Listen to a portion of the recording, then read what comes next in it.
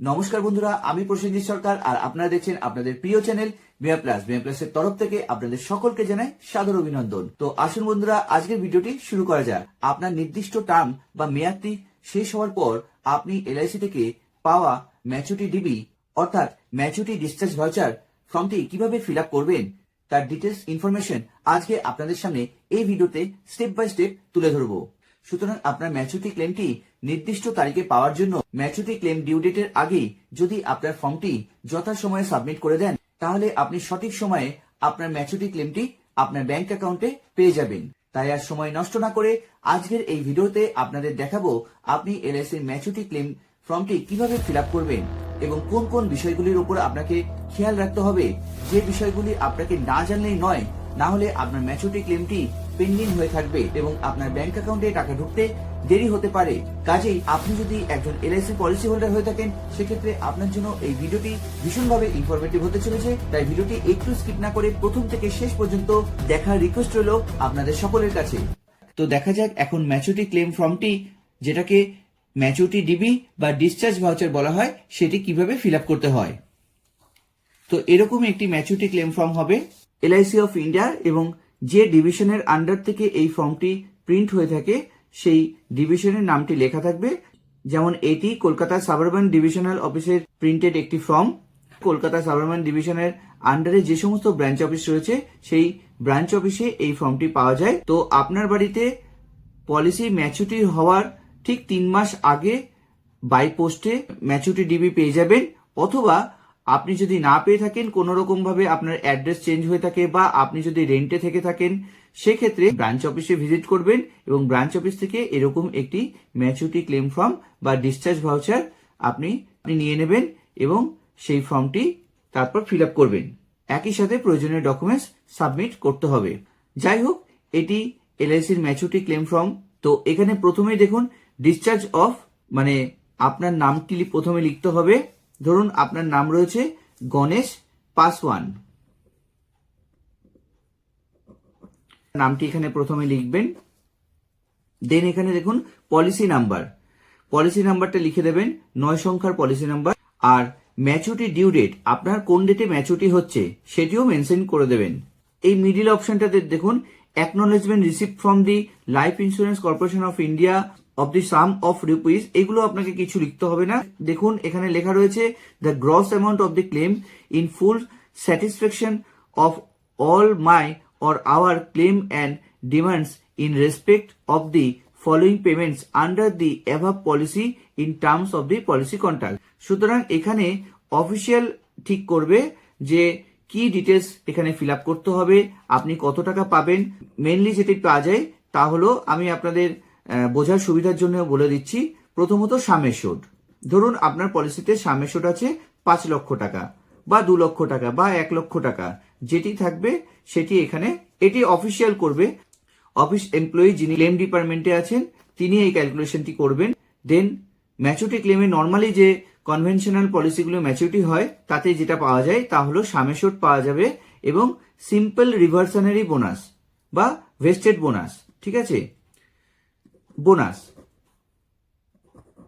এরপর আপনি পাবেন বোনাস। আপনি যত বছর টার্ম নিয়েছিলেন পলিসির, সেই হিসাবে পলিসির বোনাসটি পাবেন। ধরুন আপনার 5 লক্ষ টাকার পলিসিতে প্রায় 5,50,000 টাকার বোনাস এতে অ্যাকিউর হয়েছে, ঠিক আছে। এই 5,50,000 টাকা পাবেন। এর সাথে পাবেন ফাইনাল অ্যাডিশনাল বোনাস, অতএব FAB। এই ফাইনাল অ্যাডিশনাল বোনাসটি হচ্ছে আরো একটি অতিরিক্ত বোনাস, যে বোনাসটি আপনি পলিসি সম্পূর্ণ হওয়ার পর পাবেন। অতএব আপনি পলিসিটি সম্পূর্ণ করেছেন, পলিসির টোটাল টার্মটি কমপ্লিট করেছেন, প্রিমিয়াম যথাসময়ে সঠিকভাবে দিয়েছেন, যে কারণে আপনি আরো একটি বোনাস পাবেন, তা হলো ফাইনাল অ্যাডিশনাল বোনাস। এই ফাইনাল অ্যাডিশনাল বোনাসটি ধরুন আপনি আরো 1 লক্ষ টাকা পেলেন, 1 লক্ষ টাকা পেলেন। কাজেই আপনি টোটাল যে ম্যাচুরিটি পাচ্ছেন তা হলো এখানে প্রায় 11,50,000 টাকা টোটাল আপনি এখানে ম্যাচুরিটি পাচ্ছেন। এটি একটি স্যাম্পল ম্যাচুরিটি ক্যালকুলেশন আপনাদের দেখালাম। ম্যাচুরিটি অ্যামাউন্ট ধরুন এই অ্যামাউন্টটি আপনি পাচ্ছেন অ্যাপ্রক্স, ঠিক আছে। এক্সাক্ট ম্যাচুরিটি অ্যামাউন্ট আপনার পলিসি হিসাবে ম্যাচুরিটি ক্লেম ডিপার্টমেন্টে যিনি এই কাজটি করবেন তিনি এই ক্যালকুলেশনগুলি সমস্তটা লিখে নিয়ে তবে আপনার ক্লেমটি প্রসেস করা হবে। বা চাইলে আপনি নিজে আগে জেনে নিতে পারেন আপনি কিভাবে এটি পাচ্ছেন, তারপরে আপনি প্রয়োজনীয় ডকুমেন্ট সহ এটি সাবমিট করবেন।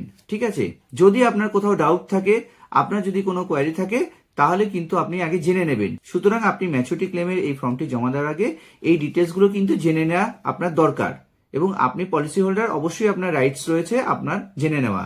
কাজেই সাম অ্যাসিওর্ড আপনি কত টাকা রয়েছে আপনার পলিসিতে সেটি জানলেন, এবং সাম অ্যাসিওর্ডের উপর বেস করে যেটি আপনি সিম্পল রিভার্সানারি বোনাস বা ভেস্টেড বোনাস যেটি পাচ্ছেন সেটিও আপনি জানলেন, এবং ফাইনাল অ্যাডিশনাল বোনাস কত পাচ্ছেন সেটিও জানলেন। এরপরেও যদি আপনার পলিসিতে কোনো লোন নেওয়া থাকে, কোনো ইন্টারেস্ট যদি ডিউ থাকে, কোনো এক্স চার্জেস থাকে, সেগুলি ডিডাকশন হচ্ছে কিনা সেটিও আপনার এখানে অফিসিয়াল মেনশন করে দেবে।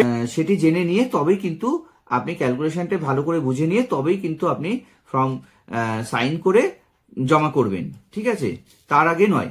তো এইরকম ভাবে আপনার পলিসির ম্যাচুরিটি ডিটেলসটি জানতে পারবেন। দেন আপনাকে যেটা করতে হবে, আপনাকে এইখানে ডিটেলসগুলি ভরতে হবে। দেখুন, এখানে নেফট ফর্মের আলাদা দেওয়ার প্রয়োজন নেই।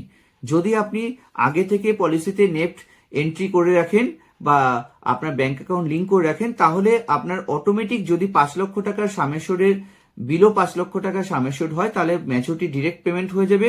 5 লক্ষ টাকার নিচে কোনো কোনো ক্ষেত্রে 2 লক্ষ টাকা পর্যন্ত ডিরেক্ট পেমেন্ট হয়ে যায়। আর যদি আগে থেকে নেফট করানো না থাকে, সেক্ষেত্রে আপনি নেফট ডিটেলস অর্থাৎ ব্যাংক ডিটেলসটি এখানে ফিল আপ করবেন। ধরুন আপনার স্টেট ব্যাংকে অ্যাকাউন্ট রয়েছে, তাহলে এখানে ব্যাংক অ্যাকাউন্ট নাম্বারটি লিখবেন, তারপর আপনার ব্যাংকের নামটি লিখবেন। ব্যাংকের নামটি লিখে দিলেন এবং ব্রাঞ্চ, কলকাতার একটি ব্রাঞ্চ, সেটি লিখে দিলেন। ব্যাংকটি কোথায় অবস্থিত বা ব্যাংক ব্রাঞ্চ, ধরুন এটা সেন্ট্রাল এভিনিউতে এসবিআই একটি ব্রাঞ্চ। এরপর আইএফএসসি কোডটি আপনি এখানে লিখে দেবেন। আর কি করতে হবে আপনাকে, এর উপরে একটি রেভিনিউ স্ট্যাম্প, আপনাকে এখানে পোস্ট অফিস থেকে একটি রেভিনিউ স্ট্যাম্প কালেক্ট করবেন। রেভিনিউ স্ট্যাম্পটি এখানে গাম দিয়ে পেস্ট করে দেবেন। দেওয়ার পর এইভাবে ক্রস ভাবে আপনি কিন্তু সাইন করবেন। ধরুন আপনার নাম যেমন গণেশ পাসওয়ান, তো আপনার নামটি এইভাবে সাইন হবে। ওকে, অথবা যদি আপনি ওপরে সাইন করেন, তাহলে রেভিনিউ স্ট্যাম্পটি পেস্ট করে এখানে ক্রস করে দেবেন। যেই অফিসে আপনি সাবমিট করছেন সেই অফিসটি যে অ্যাড্রেসে রয়েছে, ধরুন আপনার এটা অফিসটি রয়েছে দমদম, কত তারিখে আপনি এই ফর্মটি জমা করছেন সেই ডেটটি এখানে মেনশন করে দেবেন।